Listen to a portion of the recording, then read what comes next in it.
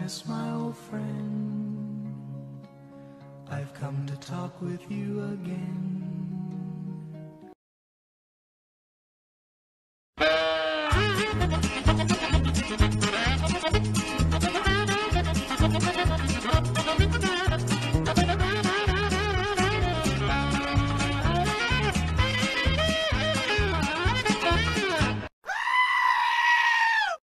Good evening. I know you're there. I can hear the...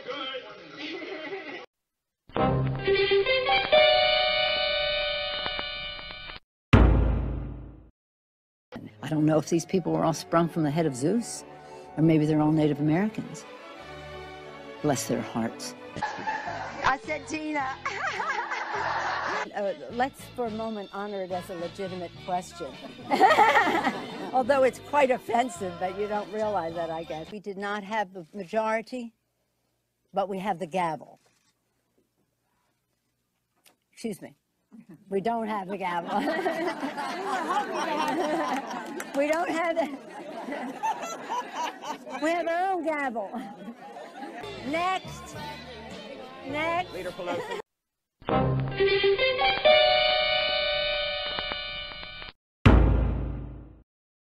When I was a little girl, it was either called Memorial Day or Decoration Day.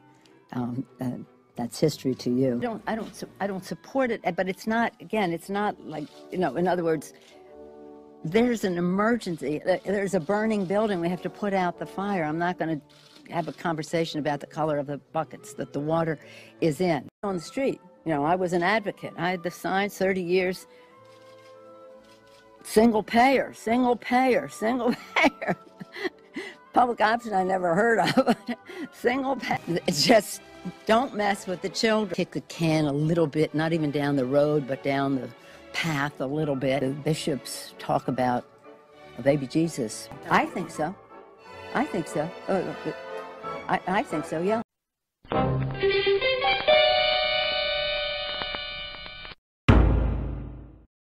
Kind of an acronym, but I get these acronyms all mixed up, but it starts with BANK on American Opportunity Text. American student, bank on student, so that B-O-S-E-L. Does that mean anything? No.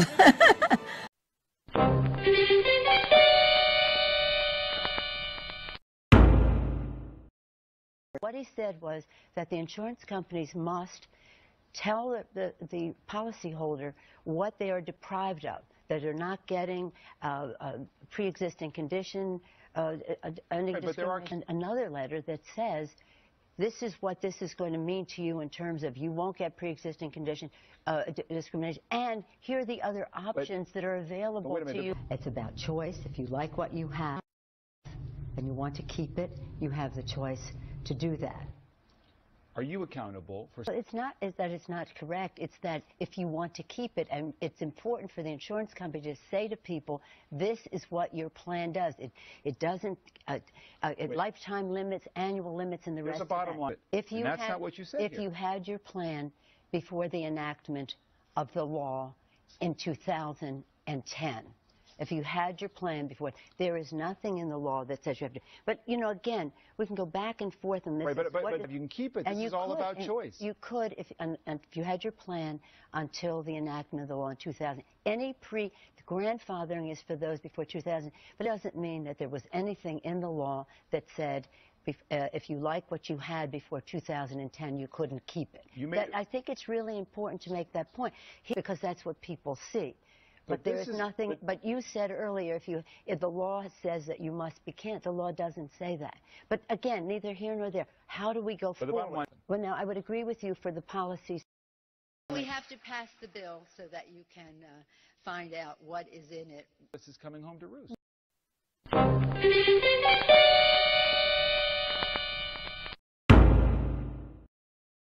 Last week, soybean futures hit a 9-year low. Soybean futures hit a 9-year low. Pork producers, corn growers, and wheat growers are reeling too. That's so far this week. The Supreme Court's radical Janus decision will have drastic, destructive, and long-standing impacts on hardworking Americans, their health, their wages, their retirement and workplace conditions. Earlier today, I stood with House and Senate Democrats and labor leaders to unveil the Public Service Freedom to Negotiate Act that will protect America's workers and their freedom to join a union. They did nothing, they'd rather do without, right? 130 million Americans have pre-existing conditions. Any questions? Yes, sir. How do you feel that the D-Triple... Any questions? Yes, sir. How do you feel that the D-Triple... Any questions? Yes, sir. How do you feel that the D-Triple... Counts. Is there any path to a narrow bill? After 9/11, a bipartisan commission was formed. Never took up the recommendations of the 9/11 Commission to protect our country's homeland, the Homeland Security Bill. The president has said, I'm going to build a wall and Mexico's going to pay for it. People say, well, he promised he was going to build a wall. Well, he promised Mexico was going to pay for it. So that's not our, that's not our responsibility. We have to see what the bill is. I appreciate that question. You want to repeat your question because it was in the same line, I think. How should...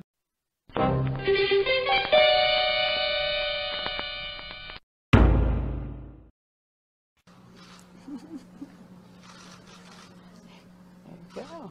Here we are. It's still morning. Yeah, it's still morning. Good morning, everyone. Includes tax incentives for corporations' buffet of tax giveaways. They're just the tip of the iceberg when it comes to the suffering under the GOP bill. Mother who has an adult son, Andrew, with microcephaly, who relies on Medicaid, and Michael Smith, Nabisco workers. And hearing from our special guest today, we'll lead off with Suzanne Flashman. Thank you, Susan, and you've answered the question, why? Why would they take away this extraordinary medical deduction for extraordinary medical expenses permanently, and at the same time a tax advantage to create jobs overseas? I thank you. I thank Susan Flashman.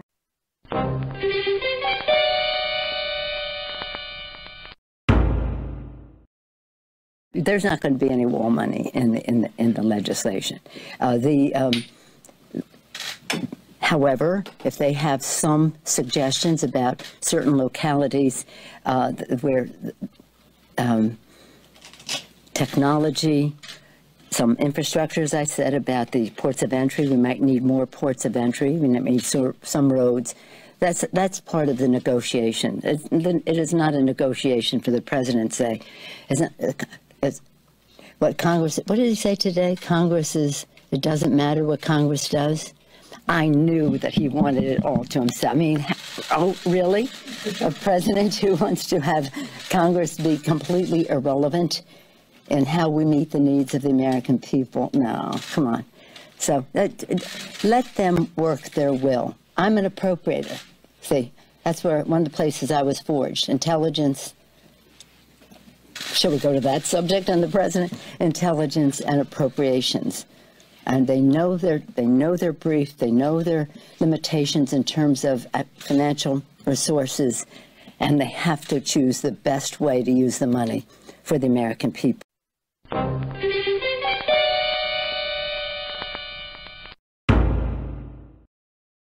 We've seen nothing that we can work, but I can work with President Bush on, and I'm disappointed because I thought that there might be some interest because of what he said in the campaign. Or whoever wins understands the priorities of the American people, and they are not with President Bush. Excuse me.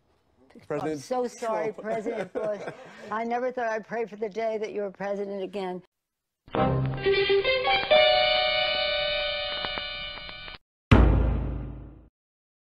Those who've had business dealings with him, he operates this way. First, he tries to charm you. President Bush tries to charm you. If that doesn't work, he tries to bully you. In fact, affecting California very directly is the Affordable Care Act. President Bush has come out against that, as you know, and he has...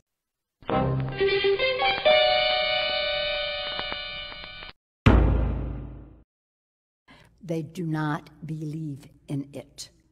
And a lot of those people voted for what's his name?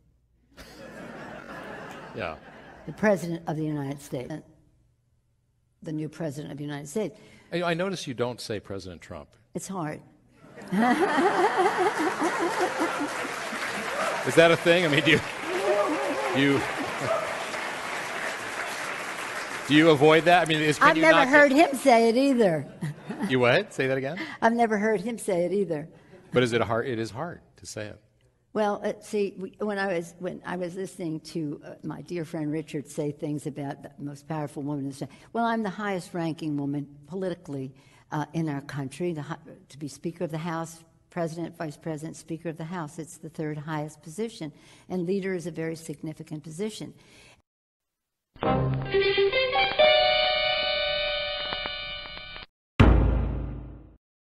In the administration, you have the Secretary of the Treasury saying we want a clean debt ceiling. I said President Bush. I'm sorry, I meant to say. It's hard for me to say it, you know. Poor President Bush. I apologize.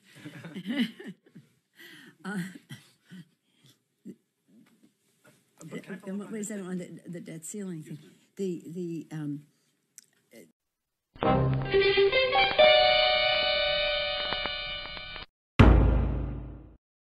Would you still refer to the effects of this tax plan on average Americans as crumbs? Yes, there are some benefits that some are feeling in a particular way with the tax bill. My statement was really a fuller statement that says while they provide a banquet for the top 1%, they're giving some crumbs to other people.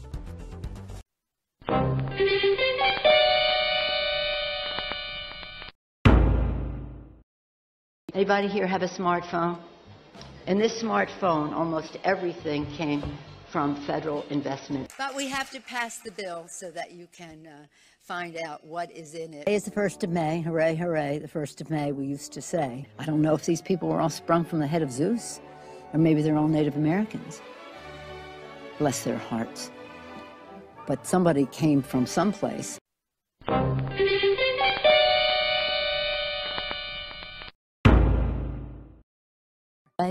It's called the Affordable Care Act.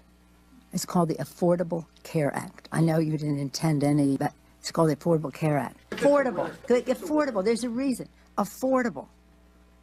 Affordable. Affordable. Affordable. Affordable.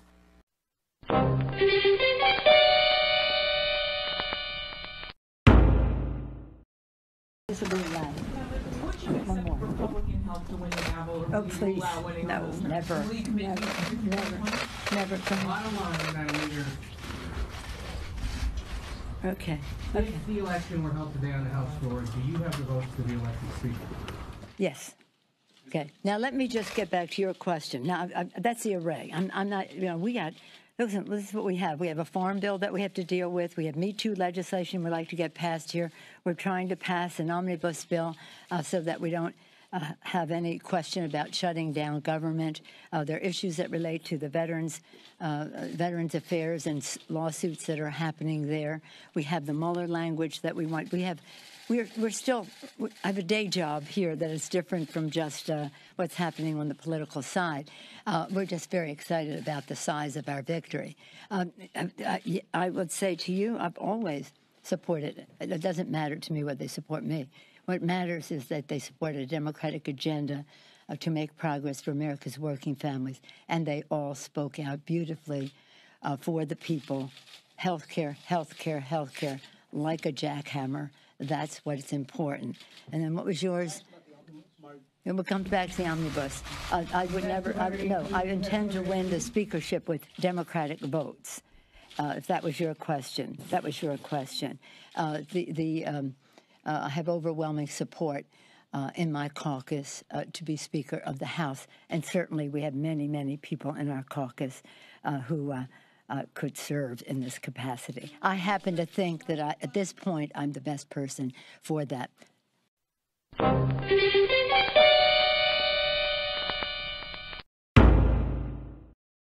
controversies within the bill, the process about the bill, one or the other items. But I don't know if you have heard that it is a legislation for the future. Not just about health care for America, but about a healthier America, where preventive care is not something that you have to pay a deductible for or out of pocket, that prevention. It's about diet, not diabetes. It's going to be very, very exciting.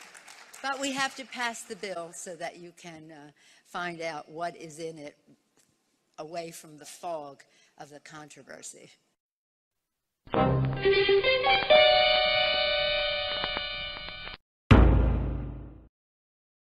Apparently, I hit the right nerve.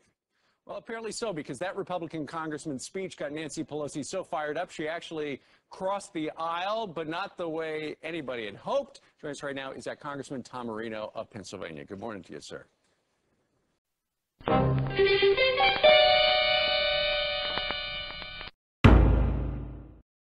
President Obama handled this the right way?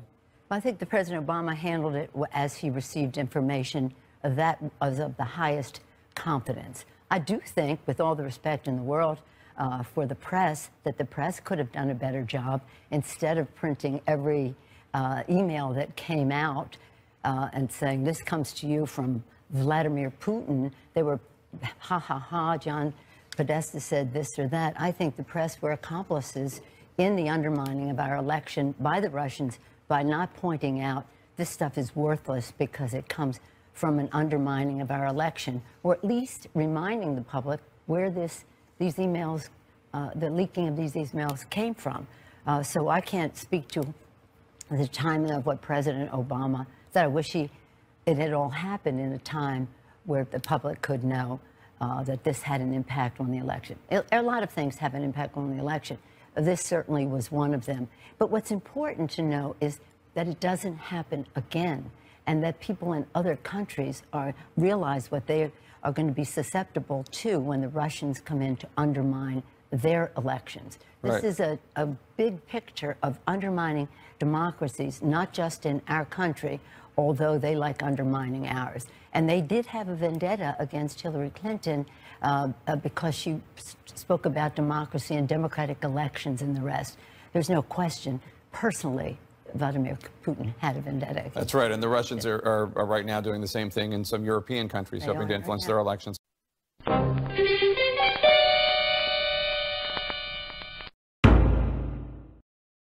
Personally, Vladimir Putin had a vendetta. That's right, and the Russians are right now doing the same thing in some European countries, hoping to influence their elections.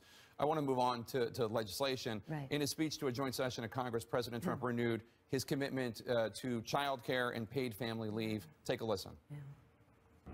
My administration wants to work with members of both parties to make child care accessible and affordable, to help ensure new parents that they have paid family leave. Paid family leave, a big Democratic priority for a long time. Is that something you could work with the president on? Well, I would certainly hope so. The first conversation I had with him after the election, that week of the election, we talked about that subject, and it's a subject that his family is interested in as well. Ivanka. But what he has proposed is something that benefits, 70% of the benefits go to people making over $100,000 a year. So we have to revisit that this is not what this country needs in that regard. I do think that there's some bipartisanship where we can come together. It doesn't happen to be in his proposal. Before you go, I need to ask you about a crude joke told by a Democratic member of Congress. Before you go there, though, let me say about his speech. All of this that he's doing, the deflection, is to deflect from the fact that he does not have a jobs bill. He does not have an infrastructure bill. He does not have any of the things he talked about. Renegotiating NAFTA has not put Congress, made the communication with Congress on all of that. So understand this. This is the deflector where we started. The deflector in chief. No jobs, no infrastructure bill, no nothing, and no major bill signed since he came to the White House. I need to ask you about this crude joke that was told this week by a member of your caucus, Democratic Congressman Cedric Richmond, at the Washington Press Club Foundation annual dinner at the expense of White House counselor Kellyanne Conway. Take a listen. And you can just explain to me that circumstance, because she really looked kind of familiar in that position there. So, Leader Pelosi, the joke was sexist. It was disgusting. Right. Shouldn't the congressman apologize to Kellyanne Conway? And honestly, where is the Democratic Party in expressing outrage about this? But I wasn't at the dinner. I'm just finding out about this. But the fact is, I'm still in a sort of a state of what is going on here, that the person who occupies the White House is the person who was on that Hollywood video that said the crude things he said about women. You all are criticizing Cedric for something he said in the course of the evening, and he maybe should be criticized for that. I just don't know the particulars.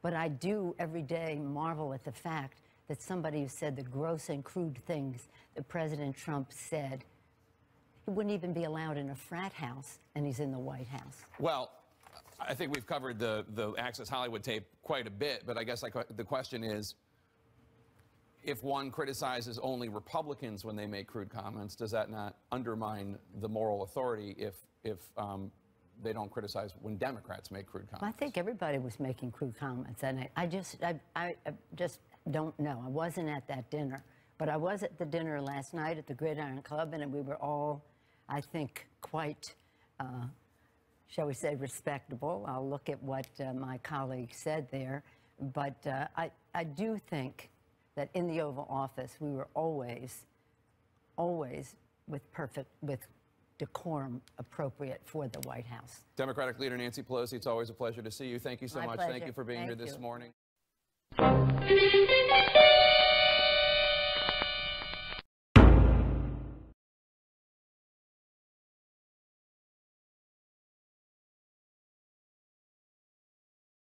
You're getting a little old, Mitch. Shouldn't you step aside? Have you ever asked him that question?